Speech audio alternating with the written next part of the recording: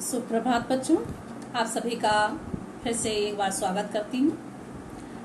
अगला पद हमारा है सूरदास का पद नंबर 3।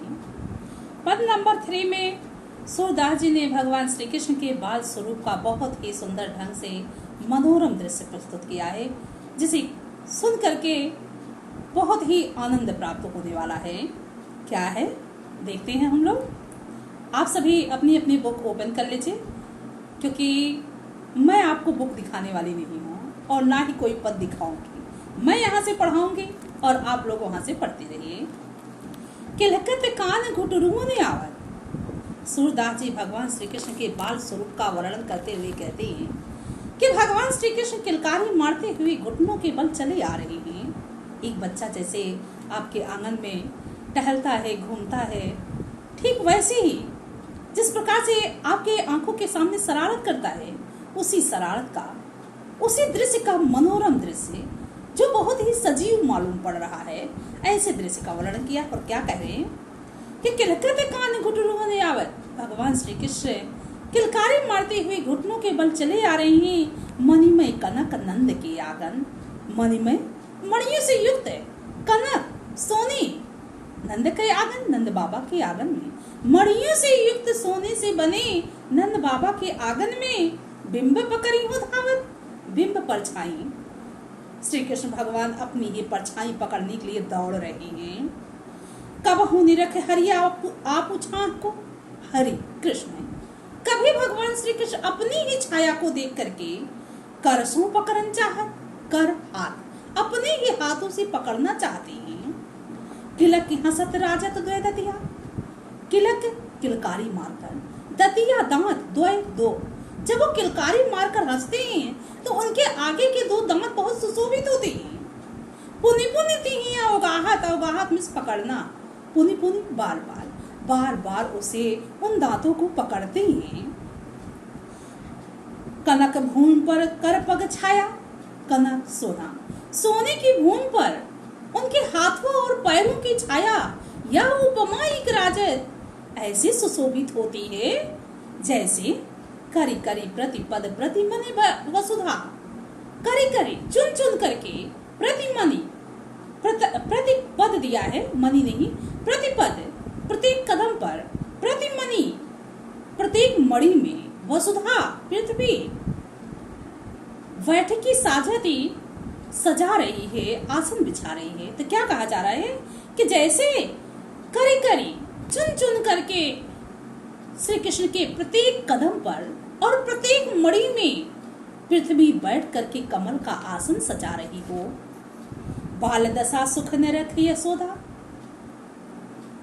सूरदास जी कहते हैं श्री कृष्ण के बाल स्वरूप को देख करके माता यशोदा पुनि पुनि नंद बुलावत, बार बार नंद बाबा को बुलाती हैं। आचरा तल्ले ढाके सूर्य के प्रभु को दूध पियावत। माता यशोदा बालक कृष्ण को अपने आंचल के नीचे, यानी सूर्य के प्रभु कहा जा रहा है कि आचरा तल्ले ढाके सूर्य के प्रभु को दूध पियावत। माता यशोदा सूर्य के प्रभु यानी सूरदास के प्रभु भगवान श्री कृष्ण को अपने आंचल के नीचे ढककर दूध पिलाने लगती हैं। जैसे एक माँ अपने बच्चे को दूध पिलाती है, ठीक वैसे ही सजीव चित्र का वर्णन इन्होंने किया है। बच्चों, काव्य सौंदर्य अगर हम कहें इसमें, तो आप समझ ही गए होंगे काव्य सौंदर्य क्या है। भगवान श्री कृष्ण के बाल स्वरूप का सजीव चित्रण किया है इसमें, यही काव्य सौंदर्य है। रस, जैसा हमने बताया था, एक माँ का बच्चे के प्रति प्रेम है तो वात्सल्य है। भाषा ब्रज है। गुण अगर हम देखें तो आसानी से अर्थ समझ में आ रहा है, कोई लक्षण नहीं दिया गया है, इसलिए गुण क्या होगा, शब्द शक्ति क्या होगा, शब्द शक्ति अभिधा होगा। और गुण की बात करें तो गुण कानों को सुनने में बहुत प्रिय लग रहा है और आप सभी उसी आनंद में डूब जा रहे होंगे, इसलिए क्या है, माधुर्य है। आगे की पंक्ति देखते हैं। मैं अपनी सब गाय चराई हूँ। श्री कृष्ण भगवान थोड़े बड़े हो गए हैं और इतने बड़े हो गए हैं कि अपनी माँ से हट कर सकते हैं, जिद कर सकते हैं। तो तो भगवान श्री कृष्ण द्वारा अपनी माँ से किए जा रहे हट का, जिद का सूरदास ने सजीव चित्रण किया है। जैसे आप लोग के घरों में आप लोग भी हो, अपनी माँ से जिद करते हो, ठीक वैसे ही श्री कृष्ण भगवान अपनी माँ से जिद कर रहे हैं। और जिद करते हुए क्या कहते हैं, हट करते हुए क्या कहते हैं, मैं अपनी सब गाय चराई हूँ, हे माँ मैं भी गाय चराने के लिए जाऊंगा, मैं भी अपनी गायों को चराने के लिए जाऊंगा। प्रात होत बल के सिंह जइयो, प्रातः काल होते ही बलदाव भैया के साथ चला जाऊंगा। तेरे कहे न रही हूँ, अब मैं तेरे कहने से यहाँ नहीं रुकूंगा, अवश्य ही जाऊंगा। प्रात ग्वाल बाल सब गायन के भीतर, हे माँ गायों और ग्वाल बालों के बीच में, गोपालों के बीच में नहीं को डर नहीं लागत, जरा सा भी डर नहीं लगता है। आज न सोहो नंद दुहाई, नंद दुहाई, नंद बाबा की कसम खाकर कहता हूँ, आज मैं रात भर सोऊंगा नहीं, रहनी रहूंगे जागत, रात भर जागता ही रहूंगा। और ग्वाल सब गाय चराएंगे, सभी ग्वाल बाले जाकर गाय चराएं, मैं घर बैठे रही हूँ और मैं घर में बैठा रहूं, ऐसा नहीं हो सकता है, मैं अवश्य ही गाय चराने जाऊंगा। सूर श्याम तो सोई रहो, अब प्रात चाय में दे हो। सूरदास जी कहते हैं कि श्री कृष्ण भगवान के इस प्रकार के हट को सुन करके माता यशोदा उन्हें समझाती हुई कहती हैं कि हे श्याम, हे कृष्ण, इस समय तुम सो जाओ और प्रातः काल में तुम्हें जगा दूंगी, जाने दूंगी। तो बच्चों, इसमें काव्य सौंदर्य क्या है आप सभी समझ गए होंगे कि श्री कृष्ण द्वारा किए गए अपनी माँ से हट का बहुत ही सजीव चित्रण किया है सूरदास ने। और फिर भाषा वही ब्रज, रस वात्सल्य, जैसा हमने बताया, माँ का बच्चे के प्रति प्रेम और बच्चे का माँ के प्रति प्रेम, तो वात्सल्य। और शब्द शक्ति की बात करते हैं तो अभिधा है, अर्थ समझ में आ रहा है, कोई लक्षण नहीं दिया गया है। और गुण की बात करें तो गुण जब मन को अच्छा लग रहा है तो जरूर ही मधुरता है, और जहाँ मधुरता है वहाँ माधुर्य है। अगले पद में क्या है बच्चों, मैया हो न चरई हो गाय।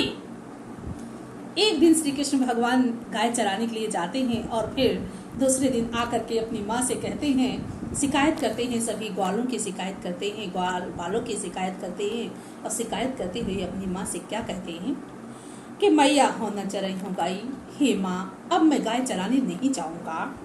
सिगरे ग्वाल घिरावत में सो मेरे पाए पिराई, सभी ग्वाल बाले मुझसे ही गायों को घिरवाते हैं, जिसके कारण मेरे पैरों में पीड़ा होती है।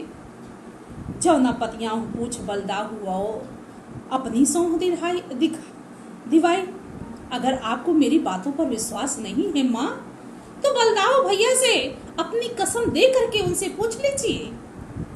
यह सुन माई यशोदा कुंवारी निगारी देते रिसाई। जैसे एक माँ अपने बच्चे की शिकायत सुन करके और क्रोधित हो जाती है, उस व्यक्ति को उल्टा सीधा कहने लगती है, ठीक वैसे ही माता यशोदा अपने बच्चे द्वारा उस ग्वालों की शिकायत सुन करके क्या कहती हैं, यह सुनी माई यशोदा ग्वारी निगारी देते रिसाई। श्री कृष्ण की बातें सुन करके माता यशोदा क्रोधित हो जाती हैं और क्रोध में ग्वाल बालों को गाली देती हैं, यानी उन्हें अपशब्द कहती हैं। क्या कहती हैं, मैं पठवती अपने लड़का को आवे मन बहलाई। मैं अपने बालक को इसलिए भेजती हूँ कि वो जंगल में जा करके गायों के पीछे थोड़ा सा भ्रमण कराए, गायों को चराए आए, उसका मन बहल जाएगा, उसका मन प्रसन्नचित हो जाएगा, इसलिए मैं अपने बालक को भेजती हूँ। सूर श्याम मेरो अति बालक मालत ताहि रिकाई।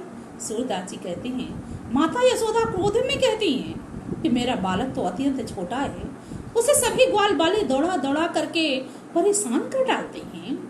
तो बच्चों, इसमें कौन सा अलंकार है, कौन सा काव्य सौंदर्य है, क्या है इसमें? एक बालक द्वारा अपनी माँ से की गई शिकायत का सजीव चित्रण इसमें किया गया है। रस वात्सल्य जैसा पहले पद में था। अलंकार की बात करें तो पूरे पद में केवल अनुप्रास अलंकार है।